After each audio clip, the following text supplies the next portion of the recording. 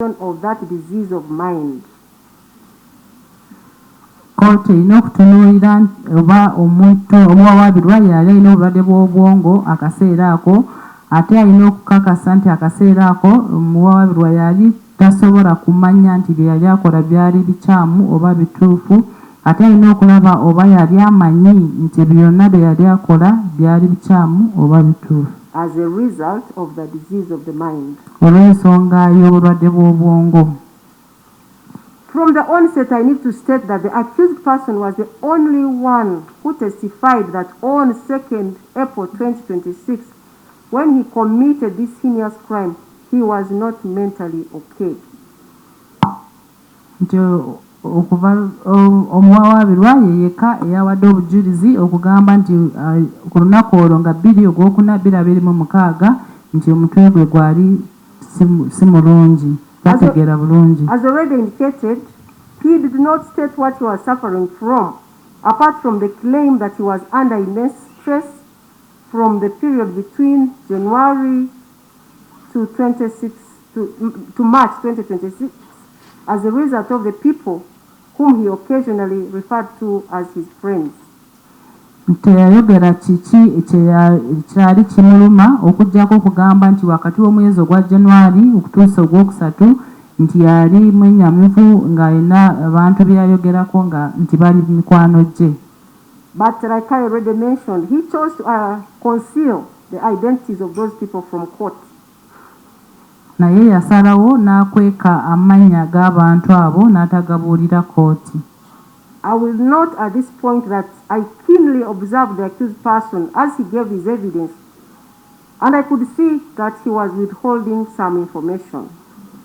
His denial that that he did not kill these children for human sacrifice, but I am inclined to believe that that was the reason, because that is what he informed or he told Dr. Nuamanya Emmanuel. His denial that that he did not kill these children for human sacrifice, but I am inclined to believe that that was the reason, because that is what he informed or he told Dr. Nuamanya Emmanuel. Because I would find no reason why someone would rise up or leave their homes early morning to come and slaughter children who are in their safe space at school. Like the probation officer informed the court that when he made inquiries, they said this kind of thing had never happened. For 4 children to be killed just in a very short time by one person. Because I would at least have expected an apology from him to the families of the babies who he hacked and slaughtered like chicken and goats. I realize he does not even imagine how those families are living without their children. Era nkirabye nti tateebereza namu famire ezo bwe zibeerawo kati oluvannyuma lw'okufiirwa abaana baabwe. I'm sure he watched the mother of Gideon collapse or faint as she testified. He must have known that she's going through something that she may never hear from. But he chose not to apologize. Era nsuubira nti yalaba bulungi maama wa Gideoni eyazirika bwe yali awa obujulizi ng'era ekyo kyayitamu teri amanyi oba aliwona mu bulamu bwe bwonna, naye era asazeewo obuteetonda. I have considered what this offense, the impact it has had to the families that lost their babies. The 2nd of April 2026, to them, was like any other day.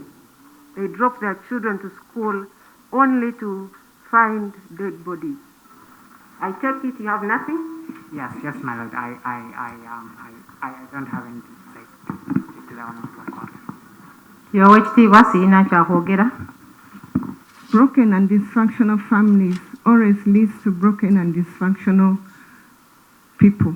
And as a society, we need to work hard and see that every family that is broken and dysfunctional gets back together. But this can only be done if we come together as a society. I hereby sentence him to suffer death for the murder of Eteku Gideon in count 1, Keisha Agenroth Otim in count 2, Seriange Ignatius in count 3, and Odekerayan in count 4 in a manner authorized by law. Nsindika Okello Christopher Nyu ku kibonerezo ekya Kalabba olw'okutta abaana bano. Omusango ogusooka Oteku, owokubiri Keisha, omusango ogwokusatu Seriange Ignatius ne Odeke mu ngeri eragirwa mu mateeka. And Mr. Okello, you have a right of appeal. You have a right of appeal against the conviction of this court, both the conviction and the sentence. This you should do within 14 days from today. You have the right to appeal to the Court of Appeal. Oyina eddembe okujulira musango guno ku nsala oba n'ekibonerezo ekikuweereddwa mu nnaku 14 okuva olwaleero mu kooti ejulirwamu. And that is the order of the court. Ekyo ekiragiro kya kooti.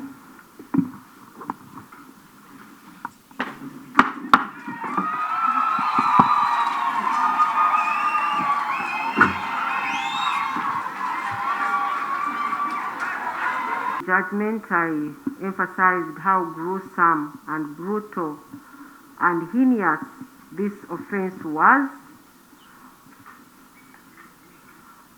and not only are the families of the deceased children still grieving, but the entire nation of Uganda still grieves at the loss of 4 innocent souls whose destinies were cut short by the barbaric actions of the convict on the 2nd day of April 2026.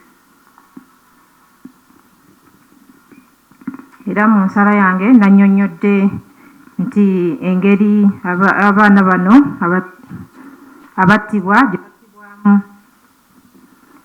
mu ngeri embi nnyo era etaalina kisa, era emyoyo gino egitaalina musango gyo gyafiirwamu era ne basalibwako obulamu bwabwe obwali obw'omu maaso, ng'era n'ebiro byabwe gye baali boyolekedde byasazibwako ono yennyini asingisiddwa omusango ng'ennaku z'omwezi 2 omwezi ogwokuna mwaka 2026. I have considered the fact that the convict meticulously, with a lot of sophistication, planned and premeditated this offense.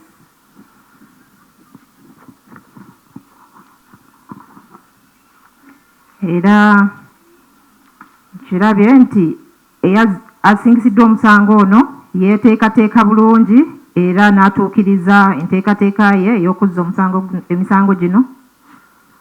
I have considered the fact that the convict attacked defenseless, innocent children who depend on adults for their protection and survival.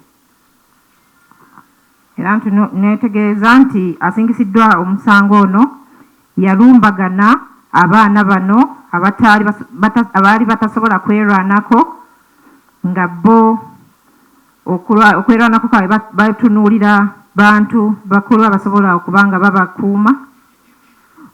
I have also considered that he targeted them in their defenseless state and went ahead to slaughter them as animals. Era nga yagenda maaso n'abalumbagana mu kifo kye baali balowooza nti kyebaali balowooza nti mu kifo kye baali batasobola kwerwanako era n'abasanjaga. And I have also considered the fact that he attacked during broad daylight and had no fear, no shame, no consideration for human life. Era nga nkirabe nti yabalumbagana misana ttuku nga tatidde ng'era talina kyeyeekengedde kyonna okuba ng'asanjaga obulamu bw'abantu. I've also considered that if he was not apprehended, who knows, he would have killed more than 4. Era nkirabe nti singa teyakwatibwa yandibadde amalawo obulamu bw'abantu n'okusinga kwabo 4. And I also consider the fact that when he was committing this offense, other people were watching. The caretakers, the coordinator. Meanwhile, these are the people that had actually earlier on shown him kindness. Era nkitunuulidde nti we yakoddiza emisango gino waaliwo abaali balabirira abaana bano abaamulaba era nga baali bamulaze ekisa. By allowing to admit his alleged child when it was even the age was beyond what they take at the center.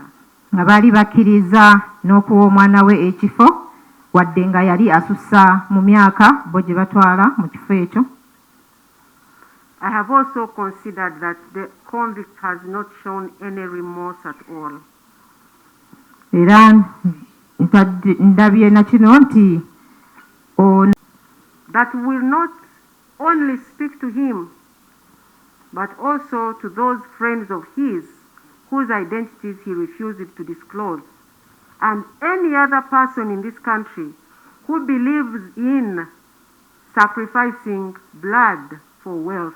Let them know that it is highly risky because they will be found like Mr. Okello was found, and they will not escape the long arm of the law. Bateekeddwa okukimanya nti ekikolwa ekyo kiba kya bwerinde nnyo ng'era bajja kuba bakwatibwa omukono gw'amateeka ogw'amaanyi. In light of the above,